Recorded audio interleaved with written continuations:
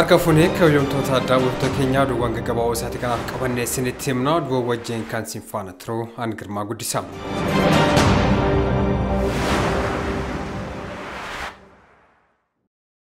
Manni maree bakka bu'oota har'aa walga'ii idilee 16ffaa bara hojii tokkoffaa ta'uun ministeera muummee Itoophiyaa Dr. Abiy Ahmed waliin dhimmoota biyyaalessaa irratti mari'ataa jira. Paarlaamaan walga'ii idilee har'aa gaggeessuu irratti tibban irra deddeebiin kan mudataa jiru dhimmi nageenyaa lammiilee irratti xiyyeeffannaan dubbii ijoo ta'e irratti mari'atamaa jira. Dabalataanis qoqqoodiinsa baajataa bara 2015 irratti mari'achaa jira. Walga'ii kanaan gabaasni raawwii karoora mootummaa ni dhiyaatas jedhamee jira. Gaaffii mana keessaa akka jiru muummeen ministeera Dr. Abiy Ahmed deebii kennaa jiru. Bakkeewwan garaagaraa keessatti namoonni nagaa du'aa jiraachuu fi qaamoleen nageenyas ajjeefamaa jiraachuu Dr. Abiy Ahmed dubbatanii jiru.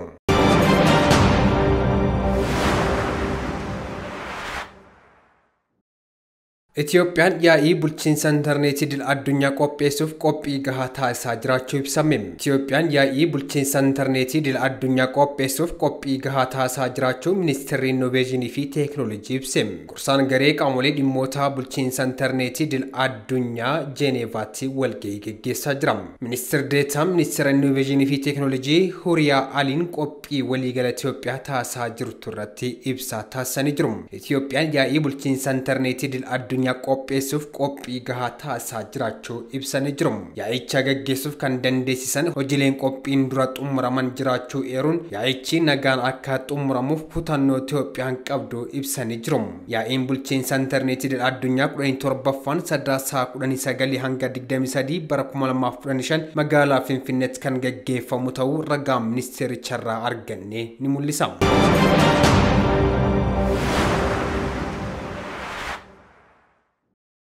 Sagantaan carraa baasuu manneen jireenyaa Finfinnee jimaataatti darbuun eerame. Bulchiinsa magaalaa Finfinnee carraa manneen jireenyaa waliinii arra baasuuf ture jimaataatti dabarsuu beeksise. Bulchiinsi magaalichaa sagantaa carraa baasuu arra gaggeessuuf turuun kan yaadatamudha.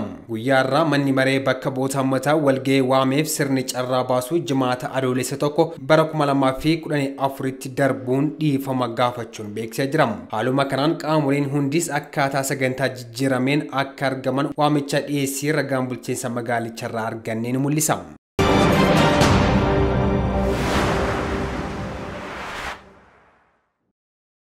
Tigraayitti namoota torban dura lolaan fudhataman ammallee barbaadamaa jiru.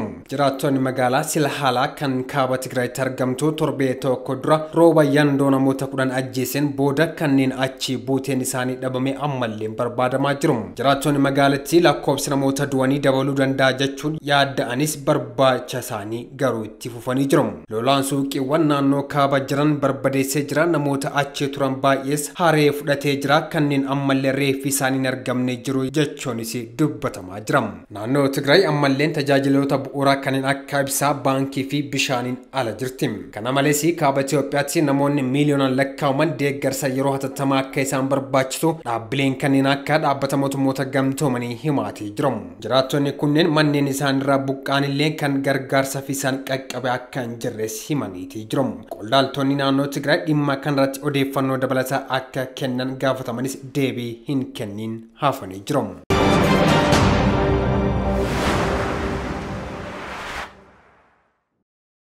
Ukraine yakkoota waraanaa 21,000 qorachaa jiraachuu himte. Abbaan alangaa waliigala Iriyaanaa Vendeektoovaa akka BBC'tti himetti guyyaa guyyaan himatni yakka waraanaa 200 hanga 300 ta'u isheetti ni gabaafama. Dhaddachoonni hedduun kan gaggeeffamu bakka himatamtoonni hin jirretti ta'uu ibsuun ta'us garuu qorannoon kana gaggeessuun kan barbaachise gaaffii haqa waan ta'eefidha jettee jirti. Raashaan gurraandhala 24 irratti Ukrainiin weerartee yakka waraanaa ittiin himatamte hundas ni halti.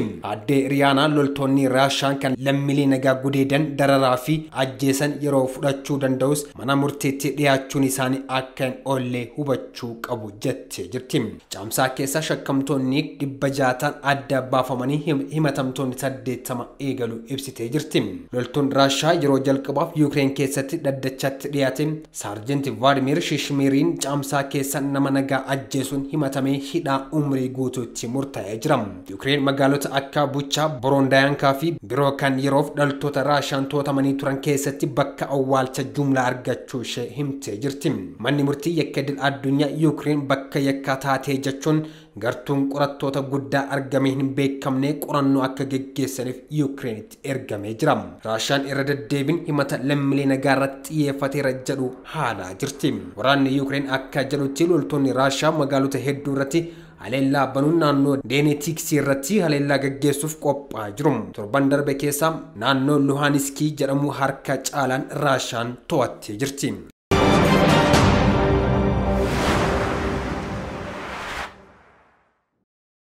Namni eenyummaan isaa hin beekamne galmee marsariitii Chaayinaa odeeffannoo jiraattota biliyoona tokko qabu cabsuun seene. Marsariitii cabsuudhaan seenaa keessatti isa duraa kan ta'an namni daataan guddaa kan namoota dhuunfaa lammiiwwan Chaayinaa biliyoona tokko argachuu isaa himee jira. Fayyadamaan maqaan isaa hin ibsamne foorumee heekaarota irratti maqaa Chaayinaa daan jedhu fayyadamuun torban darbee kuusaa galmee guddaa kana maallaqa dijitaalaa kan to'annaa baankilee fi mootummaarraa walaba ta'ee kan biitkooyinii jedhamu kudhan gurguruuf dhiyeesse gatiin isaas gara $200,000 tilmaamama. Fayyadamaan kun ragaan kun kuusaa ragaa poolisii Shaangaay eegumsa hin qabne irraa kan argame yoo ta'u waggaa tokkoof ummataaf kan dhiyaatu ta'uu dubbatee jira. Fayyadamaan kun kuusaa odeeffannoo kun odeeffannoo dhuunfaa kanneen akka maqaa, teessoo, guyyaa dhalootaa, lakkoofsa eenyummaa biyyaalessaa fi galmee yakka bal'aa of keessaa qaba jedhee jira. Caasaan oduu CNN akka jedhutti galmeewwan 24 ol ta'an dhugaa ta'uu isaanii mirkaneessee jira. Garuu kuusaawwan galmee jalqaba argachuu hin dandeenye. Qondaaltonni poolisii Shaangaay gaaffii dhaabbileen oduu galmee cabsamee seename jedhame irratti yaada kennuudhaaf dhiyeessaniif deebii hin kennine.